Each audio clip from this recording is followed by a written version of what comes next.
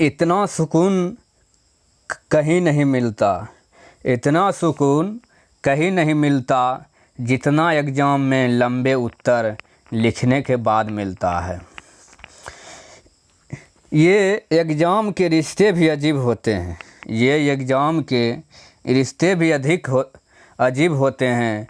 जो प्रश्न न आए वही कंपलसरी होते हैं। चलिए दोस्तों, आप सभी को शिवकुंड क्लासेस में स्वागत है।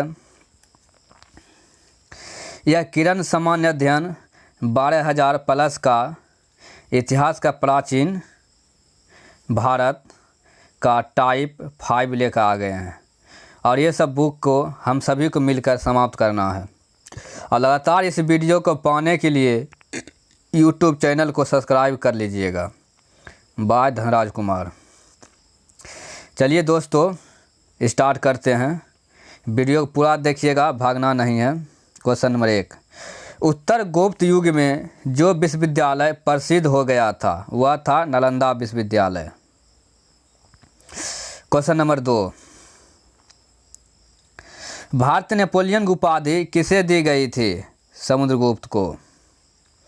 क्वेश्चन नंबर 3, आयुर्वेद के वैद्य चिकित्सक का भगवान गॉड ऑफ मेडिसिन किसे कहा जाता है या किसे मानते हैं? धन्वंतरि को।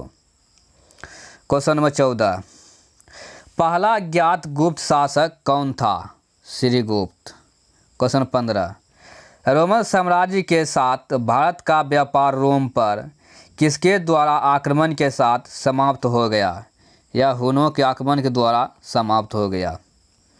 क्वेश्चन नंबर 6, आर्यभट्ट और बराहमिहिर के सुविख्यात नाम किसके युग के साथ संबंधित है? गुप्त वंश। क्वेश्चन नंबर 7, इलाहाबाद के स्तंभ में किसकी उपलब्धियां उत्कीर्ण है? समुद्रगुप्त का।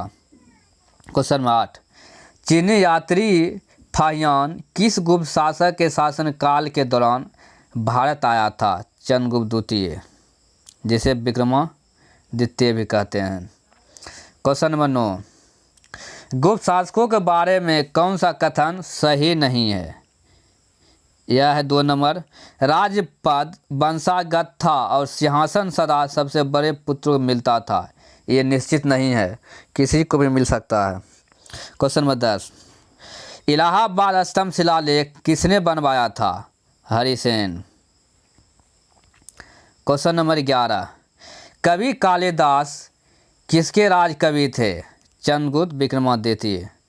दोस्तों भागिए नहीं, वीडियो को पूरा देखिए। इसी कारण कहा जाता है एग्ज़ाम तो सभी के अच्छे जाते हैं, एग्ज़ाम तो सभी के अच्छे जाते हैं, ना जाने रिजल्ट क्यों ख़राब आते हैं। वीडियो पूरा देखिए और मन लगा के हलचल में मत रहिए। क्वेश्चन नंबर 12, गुप्त राजवंश किस लिए प्रसिद्ध था? कला एवं स्थापत्य के लिए। क्वेश्चन नंबर 13, गुप्त शासकों की सरकारी दरबारी भाषा थी संस्कृत। क्वेश्चन नंबर 14, गुप्त शासक के दौरान ऐसा व्यक्ति कौन था जो एक महान खगोल विज्ञानी तथा गणितज्ञ भी था? आर्यभट्ट। क्वेश्चन 15, गुप्त राजा जिसने विक्रमादित्य की उपपदवी ग्रहण की थी? चंद्रगुप्त द्वितीय। क्वेश्चन नंबर 16, किस निम्नलिखित में से गुप्त वंश का वह राजा कौन था जिसने हुनों को भारत पर आक्रमण करने से रोका था? स्कंदगुप्त। क्वेश्चन 17, गुप्त संवत किसके द्वारा स्थापित किया गया था? चंद्रगुप्त प्रथम। क्वेश्चन 18, गुप्त काल में किस धातु के सर्वाधिक सिक्के जारी किए गए थे? सोना। क्वेश्चन नंबर 19, राजा हर्ष ने अपनी राजधानी थानेश्वर से कन्नौज स्थानांतरित की थी। क्वेश्चन 20, आर्यभट्ट और कालिदास किस गुप्त शासक के दरबार में थे? चंद्रगुप्त द्वितीय, जिसे विक्रमादित्य कहते हैं। क्वेश्चन नंबर 21, किनके सिक्के संगीत के प्रति उनका प्रेमी दर्शाते हैं? गुप्तों के सिक्के। क्वेश्चन 22, नालंदा विश्वविद्यालय का स्थापना किसके द्वारा की गई थी? कुमारगुप्त। क्वेश्चन नंबर 23, बाणभट्ट किस सम्राट के राज दरबारी कवि थे? हर्षवर्धन। देखिए दोस्तों, लगातार कितना बार पूछा गया वीवीआई क्वेश्चन, सभी को रट जाना है। वीडियो के कम से कम 2 बार देखना है, तभी कुछ याद रह पाएगा। और इसका पीडीएफ भी दिया गया नीचे, वहाँ से पीडीएफ भी डाउनलोड करके देख सकते हैं। क्वेश्चन नंबर 24, हर्षवर्धन अपनी धार्मिक सभा कहाँ किया करता था? प्रयाग में। क्वेश्चन नंबर 25, एक महान रोमानी नाटक कादम्बरी का लेखक था? बाणभट्ट। क्वेश्चन नंबर 26, किसकी रचना हर्षवर्धन ने नहीं की थी? हर्षचरित के। हर्षचरित लेखक कौन था? बाणभट्ट था। इसका लेखक था बाणभट्ट। और रत्नावली, नागानंद और प्रियदर्शनी का लेखक हर्षवर्धन था।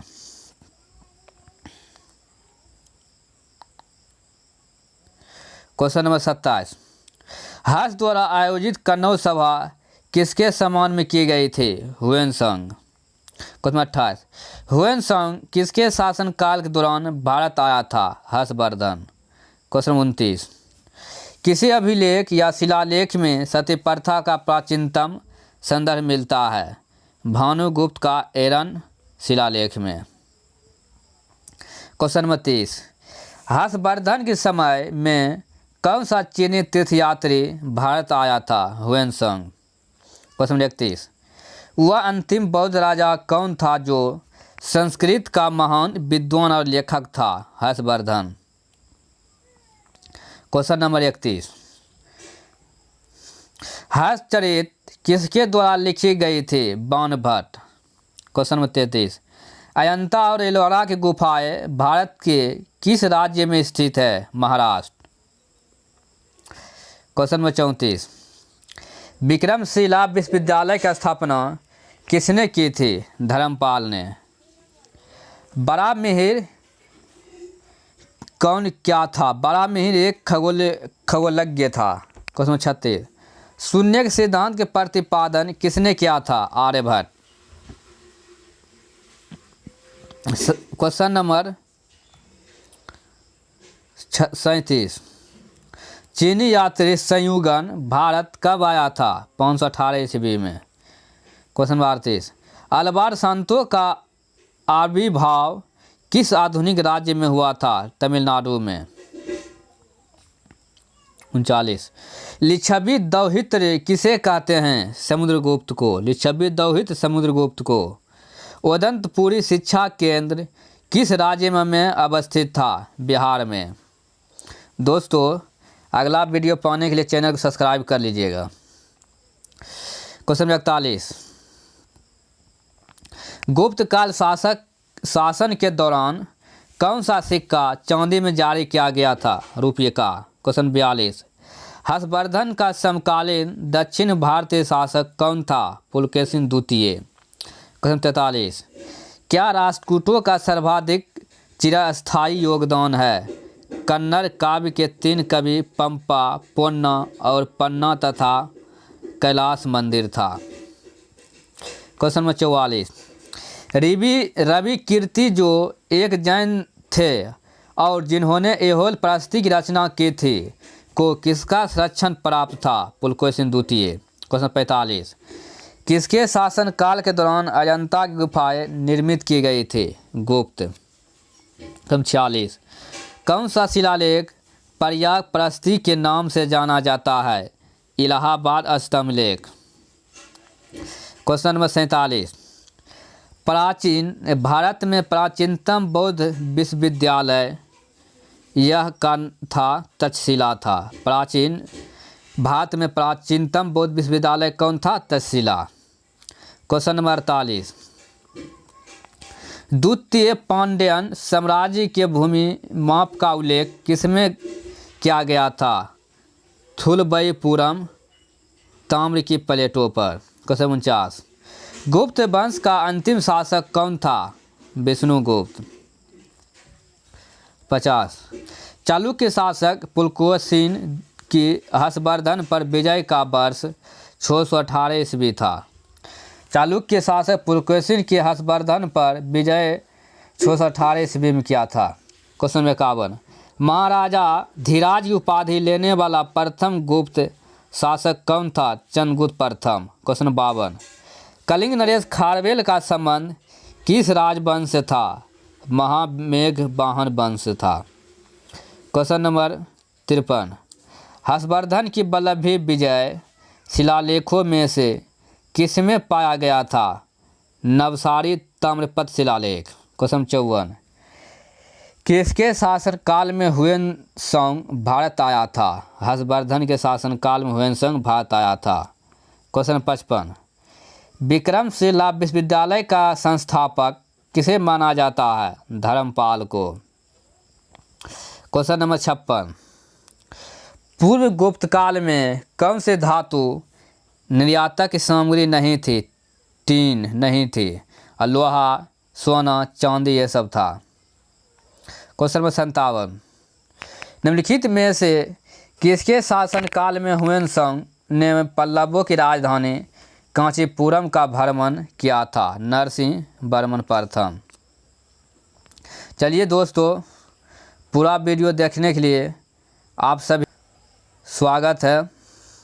अगले वीडियो किसी तरह देखने के लिए चैनल को सब्सक्राइब कर लीजिएगा, और जो वीडियो नहीं देखें उसे प्ले स्टोर में जाकर देख सकते हैं, और इसका नीचे डिस्क्रिप्शन बॉक्स में PDF डाला गया है, वहाँ PDF भी डाउनलोड करके देख सकते हैं।